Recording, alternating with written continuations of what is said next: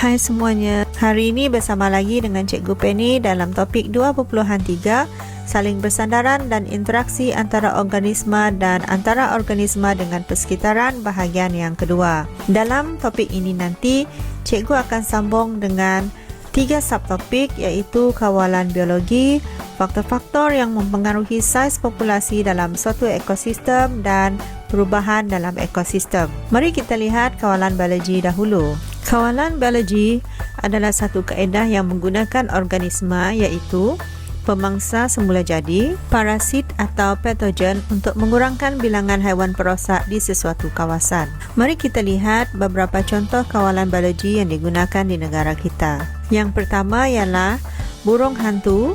Burung hantu dipelihara di ladang kelapa sawit untuk mengawal populasi tikus. Kemudian, Bacillus thuringiensis yang digunakan untuk mengawal serangga perosak iaitu kumbang tanduk di ladang kelapa sawit. Seterusnya, ikan gapi dipelihara di kolam untuk memakan jentik-jentik. Contoh lain ialah itik diternak di kawasan sawah padi untuk makan perosak seperti siput dan juga serangga. Dan kumbang kura-kura yang makan efid iaitu perosak tanaman. Kawalan biologi lebih mesra alam kerana tidak menggunakan pestisid atau bahan kimia. Selain itu, kaedah ini biasanya lebih murah dan tidak menjejaskan kesihatan manusia. Namun demikian, kaedah ini mempunyai beberapa kekurangan seperti mengambil masa yang lebih lama untuk menunjukkan kesan dan keseimbangan ekosistem mungkin terganggu kerana spesies baru diperkenalkan ke dalam ekosistem tersebut.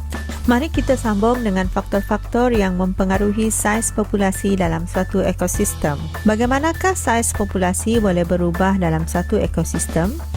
Antara faktor yang menyebabkan saiz populasi berubah ialah serangan penyakit, kehadiran pemangsa, sumber makanan dan perubahan cuaca. Kita lihat faktor yang pertama dahulu iaitu serangan penyakit. Populasi haiwan dan tumbuhan menurun apabila diserang wabak penyakit. Sebagai contoh, penyakit selesema burung yang menular di kawasan ternakan ayam dan penyakit mosaic tembakau di ladang tembakau. Faktor yang kedua adalah kehadiran pemangsa. Saiz populasi sesuatu organisma hidup dipengaruhi oleh saiz populasi pemangsanya. Contohnya, saiz populasi kuda belang di ekosistem savana berkurangan dengan kehadiran pemangsanya seperti singa.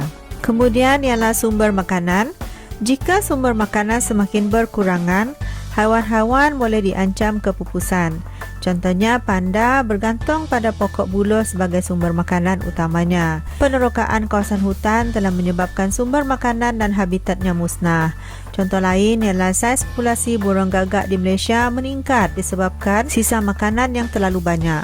Faktor yang seterusnya adalah perubahan cuaca. Kemarau yang berpanjangan menyebabkan tanah menjadi kering dan tidak subur, serta meningkatkan risiko kebakaran hutan. Kesannya, populasi tumbuhan dan haiwan menurun. Mari kita lihat perubahan dalam ekosistem. Perubahan dalam ekosistem seperti kekurangan bekalan air, migrasi haiwan dan saiz suatu populasi yang menurun atau meningkat boleh mengganggu keseimbangan antara populasi. Kita lihat kekurangan bekalan air, bagaimana ia mempengaruhi. Padi merupakan tanaman yang memerlukan air yang banyak. Sekiranya kemarau yang berpanjangan berlaku, perubahan dalam ekosistem seperti ini akan mengganggu keseimbangan antara populasi yang ada di sawah padi.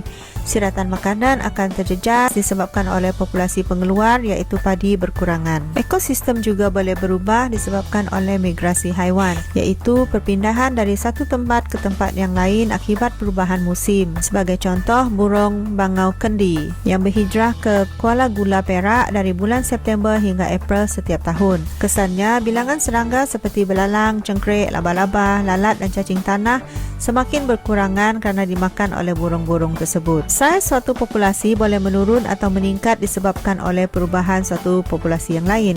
Sebagai contoh, kehadiran serangga perosak seperti kumbang dan beluncas mengakibatkan populasi tumbuhan menurun. Kita lihat info sains. Pada tahun 2015, wilayah selatan Rusia telah diserang oleh belalang juta dan memusnahkan tanaman. Ladang jagung seluas 800 hektar telah musnah dalam masa beberapa jam sahaja disebabkan oleh belalang juta ini.